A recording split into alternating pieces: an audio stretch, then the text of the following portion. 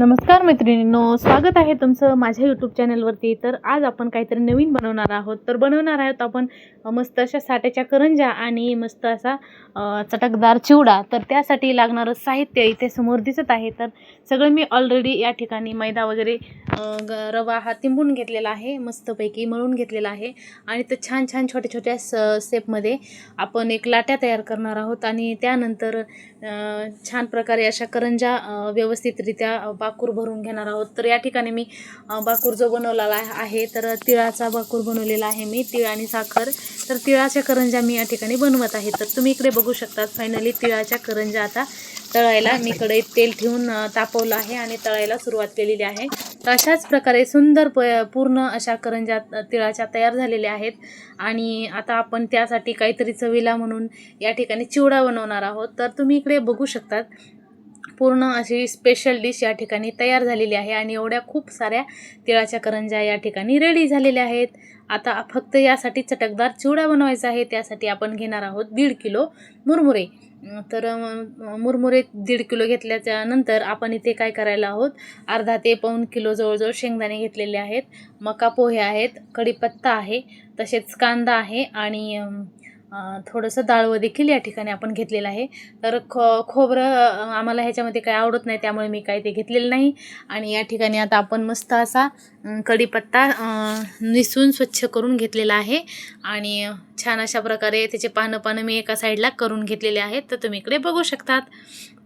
तर आता नंतर आपला कढीपत्ता या ठिकाणी पूर्णपणे रेडी झालेला आहे चिवड्यात पडण्यासाठी। तर आता पुढे काय काय मी घेतलेले आहे तेही दाखवणार आहे। तर या ठिकाणी तेल ठेवलेलं आहे कढईमध्ये गरम करण्यासाठी आणि गरम झाल्याच्या नंतर त्यात सर्वप्रथम आपण तळून घेणार आहोत मका पोहे।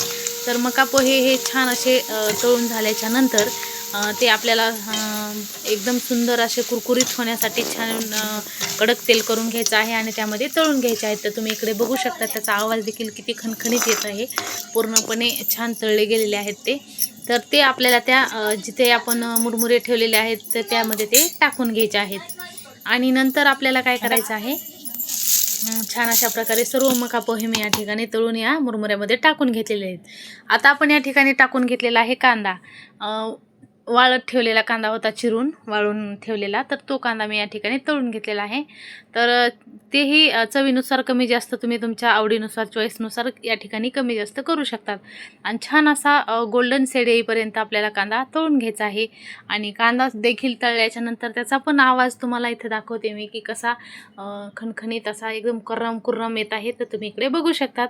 तर 2 ॲटम आपले तळून झालेले आहेत। आता आपण त्या गरम तेलामध्ये टाकलेलं आहे मस्त असे डाळवं टाकलेलं आहे। तर ते डाळवं 1 पाव किलो घेतलं आपण।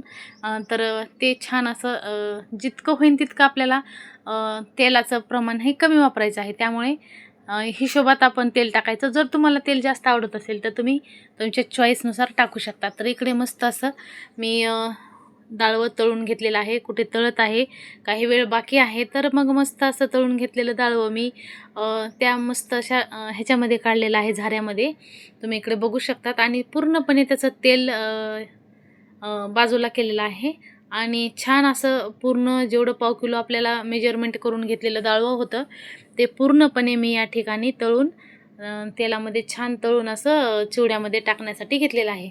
तर माझा प्रश्न असा होता की मला आवडतात चिवड्यामध्ये पोहे आणि मुलांना आवडत नाहीत त्यामध्ये पोहे, तर मग मी काय केलं, कॅन्सल केले, नको म्हटलं।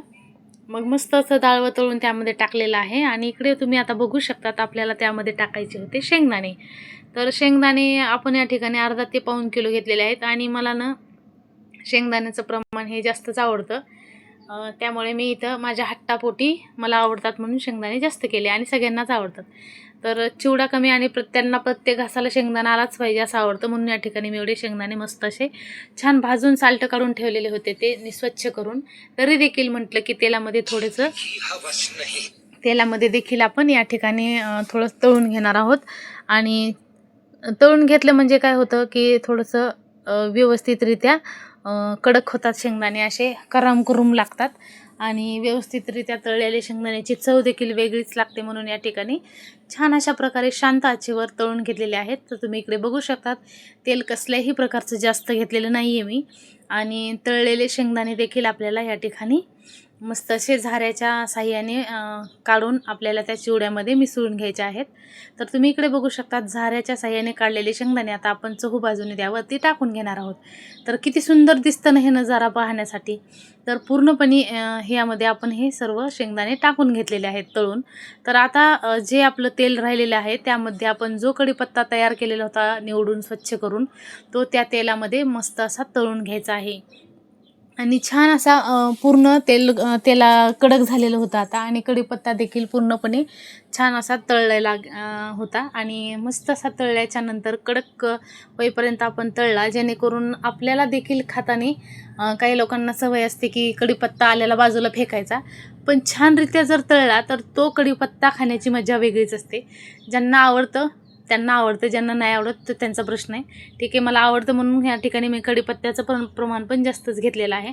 आणि छान असा कढीपत्ता तळून घेतल्याच्या नंतर आता आपण काय करणार आहोत, तो कढीपत्ता याच झाऱ्याच्या साह्याने काढून घेणार आहोत दुसऱ्या चमच्याच्या हेल्पने. तर तो देखील आपण थोडंसं तेल जे त्यामध्ये अडकलेलं असतं राहिलेलं ते छान आदर करून तेल बाजूला काढणार आहोत. तर तुम्ही इकडे बघू शकतात पूर्णपणे तेल त्यातलं निघालं आहे. ते देखील या ठिकाणी आपण मस्त सर्व चिवड्यावरती टाकून घेणार आहोत. इथे तर मोठा टपच ठेवला होता मी, 1.5 किलोचा चिवडा होता म्हणून. आणि इकडे होता लसण, ते देखील मी कुटून मस्त बारीक करून घेतलेला होता पेस्ट करून, आणि तो देखील लसण त्या कढईमध्ये टाकलेला आहे आणि मस्त असं परतून घेतलेलं आहे. आणि पूर्णपणे परतिल्याच्या नंतर आपण काढणार आहोत मसाले. तर मसाला त्यामध्ये टाकण्यासाठी मी आपल्या घरगुती जे असतात तेच मसाले यूज केलेले आहेत. आणि मस्त असं चिवडा मसाला आणि टाकायचं असेल तर तुम्ही टाकू शकतात, असेल अवेलेबल, तर नसेल तर नो प्रॉब्लेम. आणि घरात जे लाल तिखट होतं ते आणि चवीनुसार हळद आपण यामध्ये घेतलेली आहे. तर तुम्ही इकडे बघू शकतात हे सर्व मिश्रण आता आपण तेलामध्ये टाकणार आहोत आणि छान असं वास सुंदर येईपर्यंत, छान असा सुगंध सुटेपर्यंत त्याला हलक्या आचेवर हलक्या हाताने हलवून घ्यायचं आहे, जेणेकरून ते सर्व मिश्रण लसणाच्या पेस्टमध्ये मिक्स होईल. आणि ते घेतल्याच्या नंतर आपल्याला काय करायचं आहे, पूर्णपणे व्यवस्थित झालं की ते मिश्रण सर्व आपल्याला त्या चिवड्यामध्ये ओतून घ्यायचं आहे. तर तुम्ही इकडे बघू शकतात खूप छान असं मस्त तळून दिसत होतं झालेलं आणि त्यावरती आता आपण टाकून घेतलेलं आहे ते मिश्रण. तर त्यासाठी काय करायचं आहे, वरच्याच सामानाला ते लागण म्हणून मी एकत्र आधी बाकीचं सामान एकत्र चिवड्यात मिक्स करून घेतलेलं आहे, जेणेकरून वरच्यावरी लागलं तर खालीच ते लागणार नाही. त्यामुळे मी अगोदर ते एकत्र करून घेतलं आणि नंतर जे का तयार केलेलं मिश्रण होतं ते त्यामध्ये ॲड केलेलं आहे. तुम्ही आता व्हिडिओमध्ये पुढे बघू शकतात. आणि ॲड करून नंतर काय केलं, दुसरे जे कोरडे मुरमुरे होते तर ते देखील मी कढईमध्ये घेऊन स्वच्छ असं कढई पुसून घेतलेली आहे, इकडे बघू शकतात तुम्ही. आणि जेणेकरून त्याला काहीच मसाल्याचं वगैरे राहू नये. आणि कशी वाटली माझी रेसिपी आणि कसा झाला चिवडा आणि तिळाच्या करंज्या ते नक्की कॉमेंट करून सांगा. आणि तुम्ही जर आपल्या चॅनलवरती नवीन असाल तर लाईक, शेअर, सबस्क्राईब करा आणि व्हिडिओ जास्तीत जास्त शेअर करा. आणि तुम्हाला माझी रेसिपी आवडली असेल तर कमेंट करून सांगा.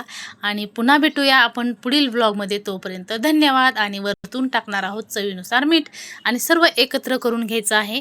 आणि नंबर 1 मस्त असं चिवडा या ठिकाणी तयार झालेला आहे, कुरकुरीत चिवडा. तुम्ही चिवड्याबरोबर नेमकं दुसरा ॲटम काय करता ते देखील तुम्ही कॉमेंट करून सांगा. मला तर चिवडा म्हटलं की तिळाची करंजी लागतेच. तर कसा झाला आहे चिवडा नक्की कॉमेंट करून सांगा. व्हिडिओ जास्तीत जास्त शेअर करा. तुम्ही आपल्या चॅनलवरती नवीन असाल तर बेल आयकॉनचे बटन प्रेस करायला अजिबात विसरू नका. व्हिडिओ पूर्ण पाहिल्याबद्दल मनापासून धन्यवाद. Bye bye.